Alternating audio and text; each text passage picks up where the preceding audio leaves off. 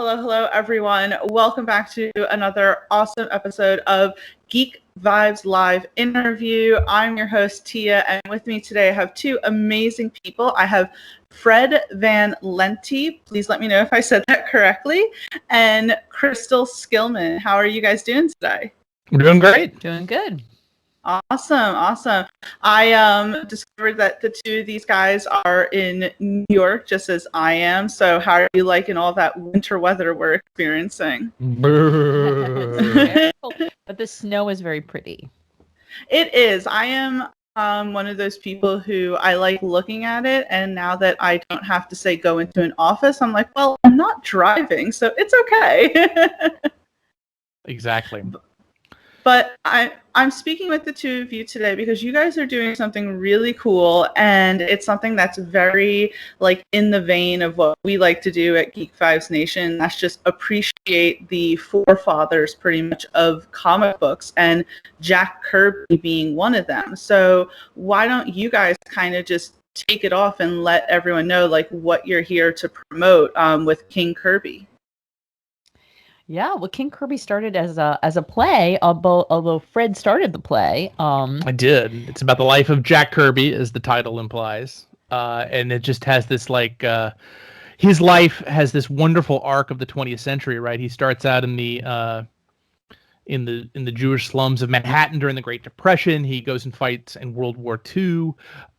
Before that, he creates Captain America with Joe Simon. He comes back and creates, again with Joe Simon, the romance comics of the 50s, which were such a touch point of that era, and the Roy Lichtenstein prints and all that. And then, of course, what probably most people listening to this are familiar with is he co-creates with Stan Lee and Steve Ditko the Marvel Universe, which all the sort of the psychedelic effects of the 60s and early 70s, but then in the 80s gets embroiled in a really terrible struggle with Marvel to try to get his artwork back. Right. And ends up having to fight with his co-collaborator, not directly, but with Stan Lee, sort of to get a share of the credit for creating the Marvel Universe, because so many people only know Stan's name and face. And the development of the story happened as a play, and then as it was going, right, there are parts of this that are in.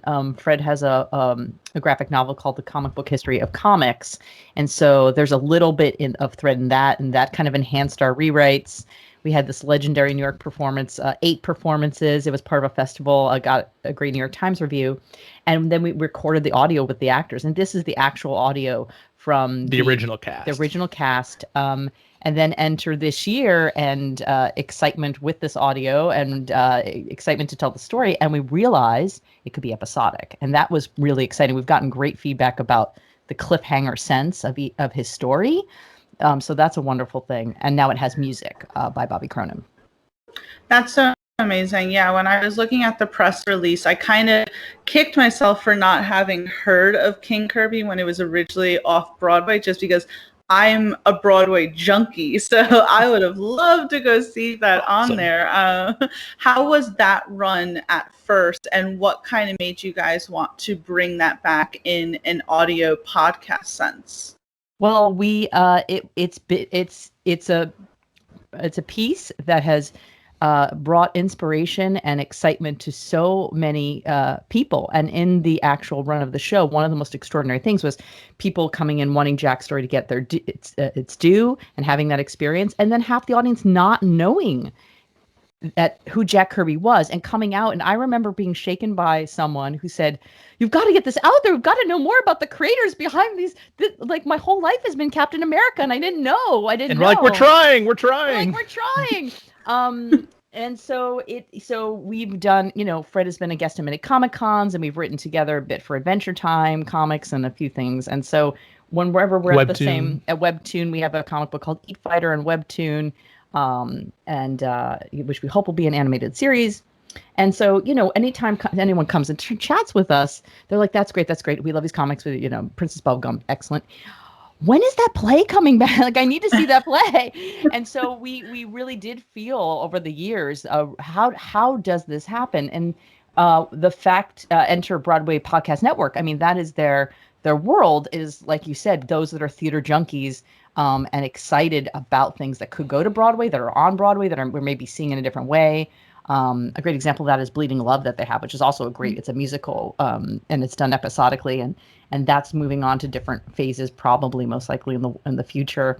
And so we hope that'll happen here. But we also believe in enjoying it for right now. I think there's one thing the pandemic has taught us is to live in the moment a little bit more.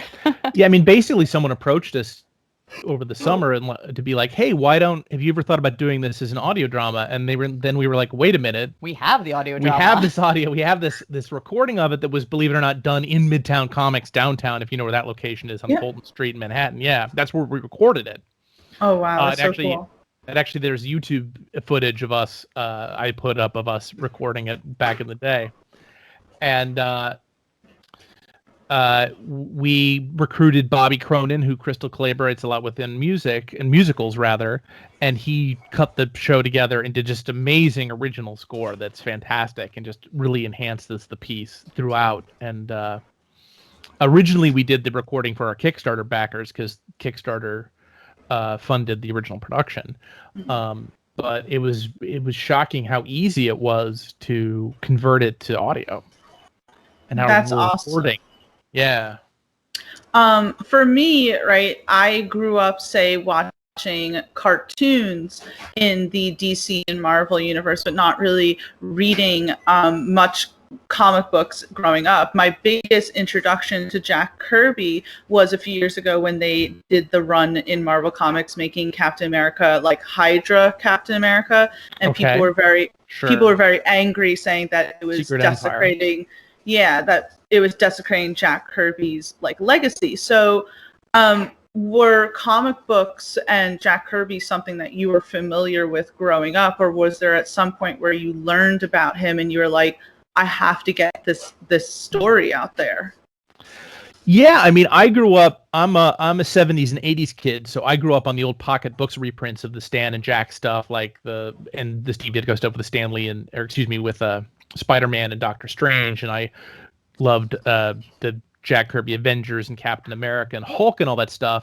But because it had Stan Lee Presents sort of plastered all over it, it wasn't until I was much older that I realized how much the artists basically using the so-called Marvel method wrote.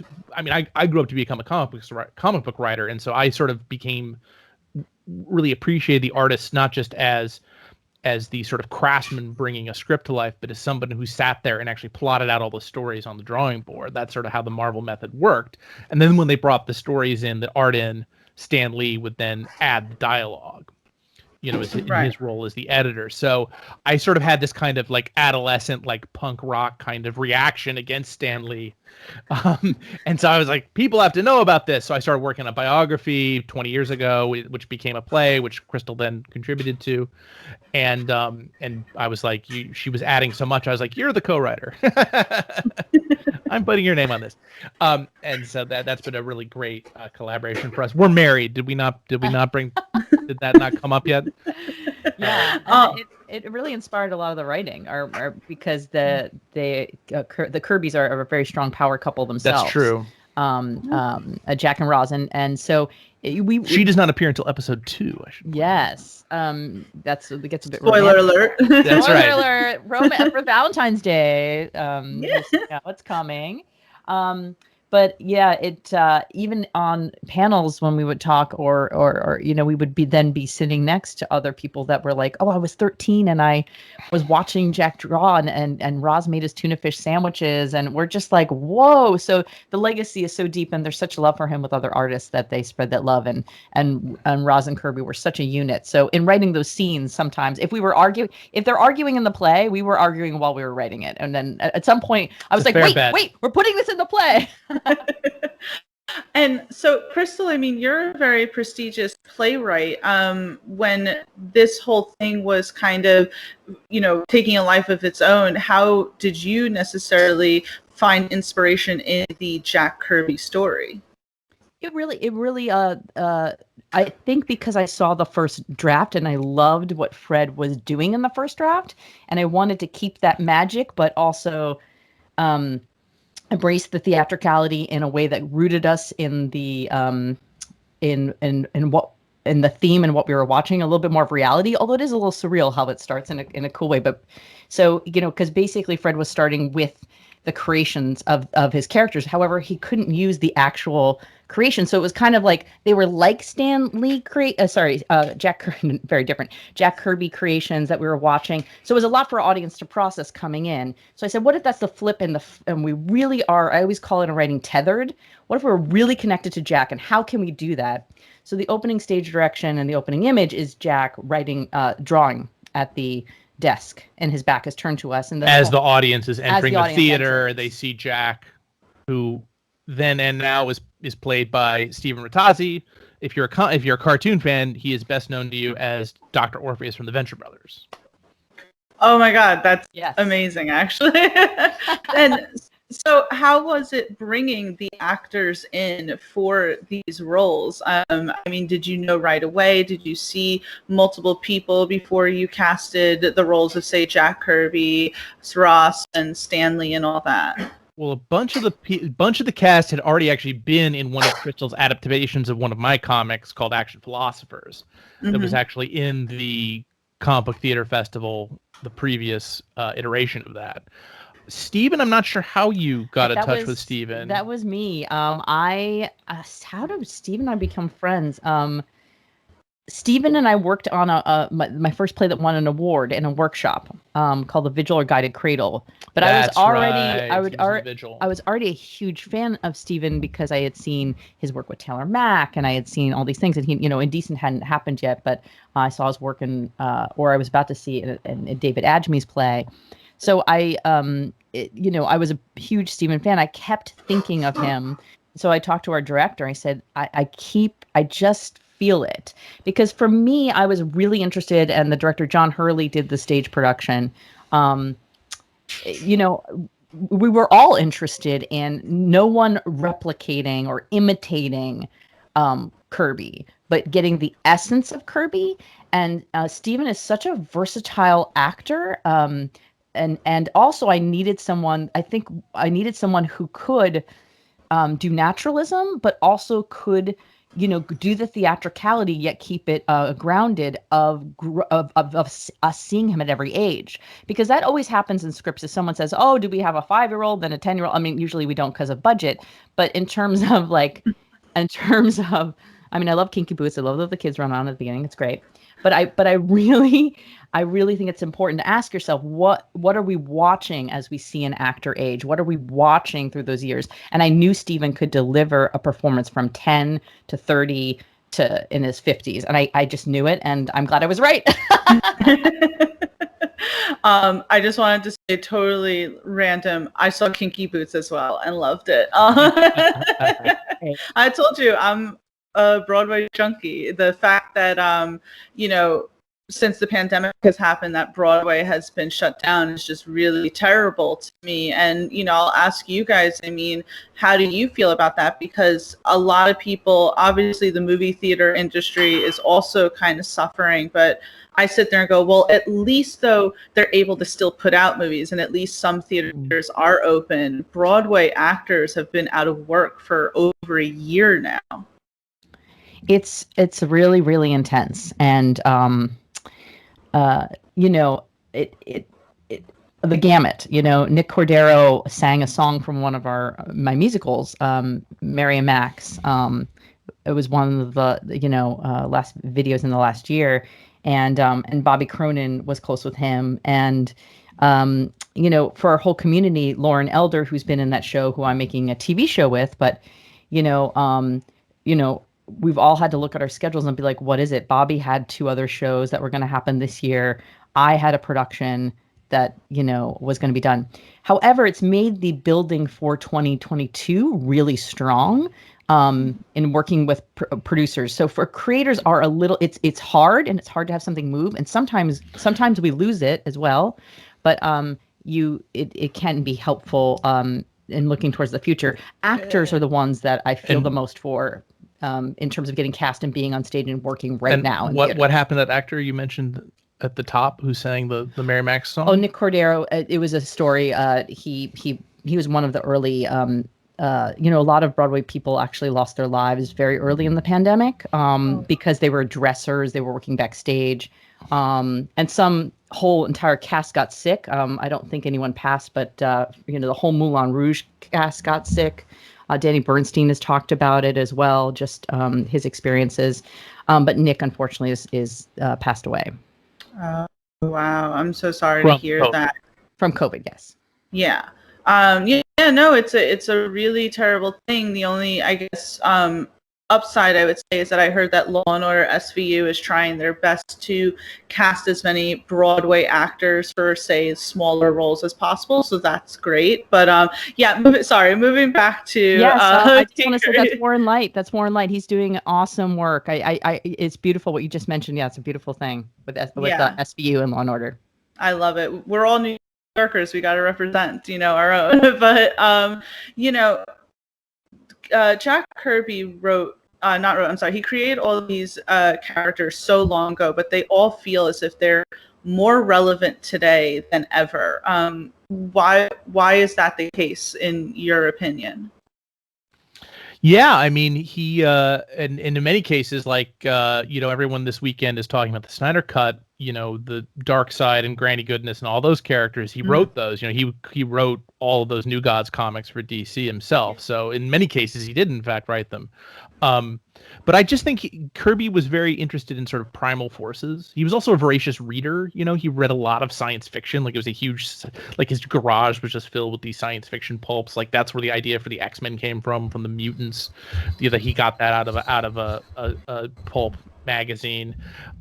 He got the idea for the Eternals from this book, Chariots of the Gods, which is, the old meme of, maybe aliens, right? Built pyramids and all that stuff. That's really where the Eternals, the idea for the Eternals came from, was that kind of ancient astronauts kind of idea.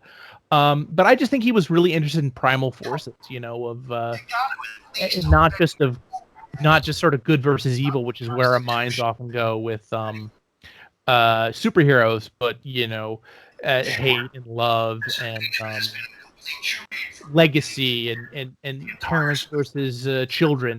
Just these very primal concepts that even if you treated them in a kind of a cosmic way, anyone can relate to. Right. Yeah, absolutely. Sorry, my phone for some reason is like talking, and I'm like, stop talking. I'm on an interview right now. I apologize about that. But I actually didn't know that he had his hands in the New Gods, which is like really cool. That a lot of people think of, at least with, say, Stan Lee. I believe he also did work with DC, where people think that they're just like Stan Lee and Jack Kirby are so strictly Marvel, but it's like they had their hands in so much that we know today. I have to ask, like, what do you think of the current Marvel movies? I mean, do you feel as if they're doing justice to Jack Kirby's work? Yeah. I think that once the Kirby errors settled with Disney/Marvel, and now at the very least you see Kirby's name in the credits of a lot of these, particularly the big movies. I can't remember actually if they were in WandaVision. We just watched a WandaVision episode this morning. WandaVision. Kirby famously co-created specifically Wanda, who first appeared in his X-Men run. Right. I think they're doing a good job. They've done a very good job of, I think, synthesizing these 60 to 80 years worth of characters and all these different creators. I mean, I created a character that's an Age of Ultron, Helen Cho. So so it's just this vast. That's so cool. Yeah. So I'm sorry, I had to take a moment there. Yeah. I mean, I worked for Marvel for years, but it's this sort of vast panoply dating all the way back to the 1940s. Really, technically, Submariner and Human Torch were characters that Marvel created before Kirby even showed up. So it's a tough job, and I think they've done a pretty good job. I mean, I love movies. I mean, if I absolutely said if you actually put a gun to my head and said what were your favorite superhero movies, I don't think there'd be very many Marvel movies on that list.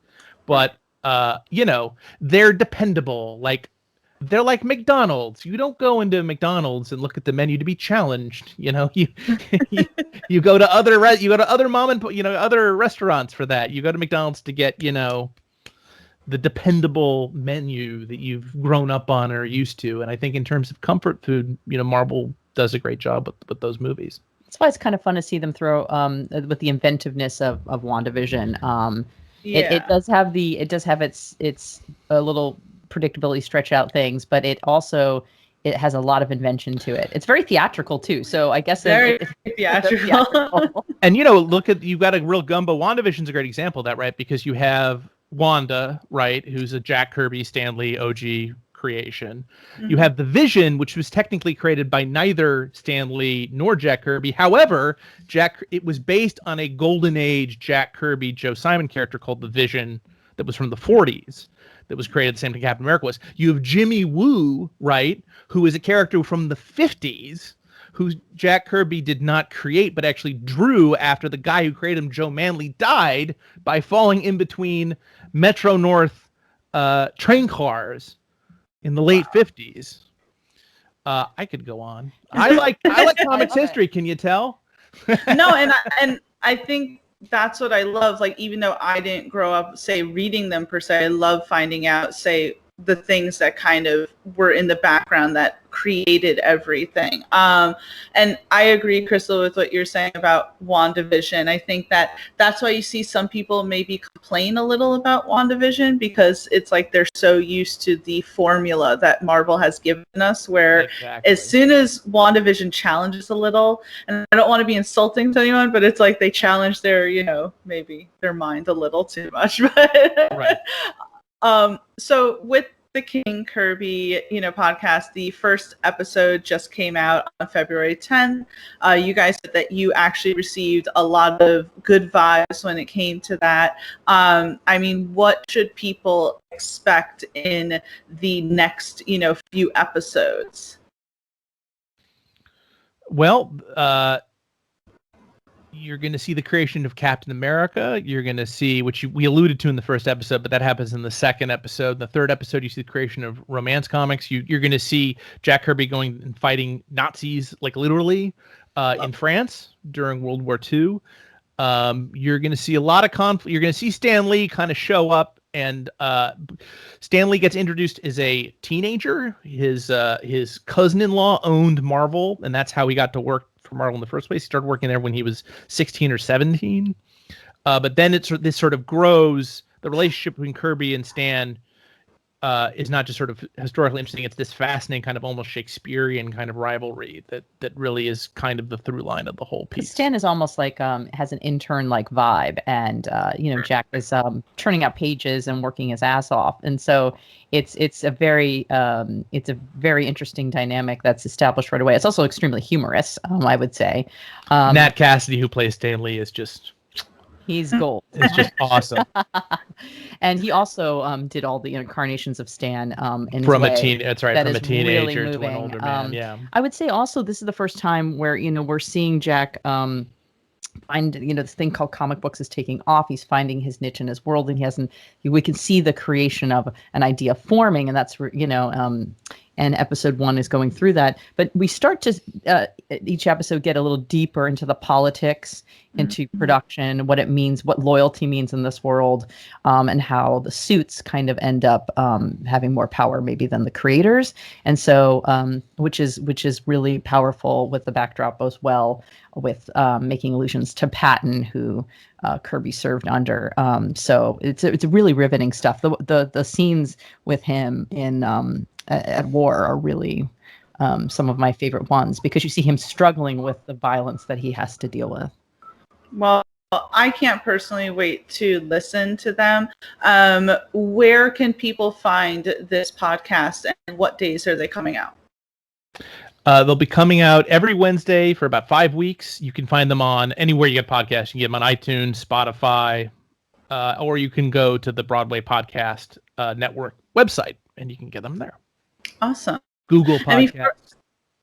anywhere you can listen to your podcast. That's awesome. Absolutely. And before I let you two go today, you guys said that Crystal, I believe you said you were working on a TV show, but please, both of you, let us know where, what else are you guys working on? What can we look forward to next? Well, we've made a lot of allusions to animation, and right now I'm doing the comic book history of animation with my good pal, cartoonist Ryan Dunleavy. That is coming out right now, monthly from IDW, so you can get it in your comic shop right now. Yep, and awesome. if you'd like to read Eat Fighter, it's up on Webtoon right now. We're chatting. It has a shopping agreement with Webtoon, so hopefully with Webtoon Studios. So that's exciting. And the TV shows with actress Lauren Elder. And it's called Overnight Success, and so beginning to work on that. Upcoming things right away as well. You can keep an eye out for Rain and Zoe Save the World. We'll be making announcements about its production soon. That's a play of mine, and Mary and Max the musical as well, as we look forward. The last thing I'll say is you can find me everywhere under my name, Crystal Skillman, everywhere on social media or my website. But also, I'd like to say for your theater fans, there's something called Little Theater that's starting up in the summer here in New York. It sounds really cool, and they're going to do a lot of cool stuff. So, and it's not Little Theater; it's Little Island. Yeah, and so I keep an eye out for that. So, there is a lot of hope for there still will be theatrical events this year, and that's where you'll find a lot of your Broadway stars. Yeah, I'm truly hoping. The last play I saw was at the Lincoln Center.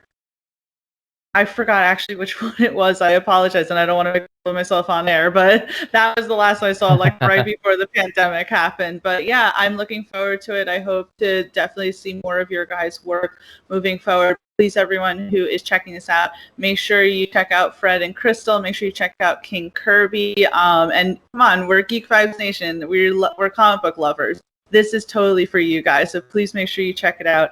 And thank you so much, Fred and Crystal, for taking the time to speak with me today. I hope both of you stay warm, and I hope you both stay safe out there. Same here. Thanks a lot. Thank you.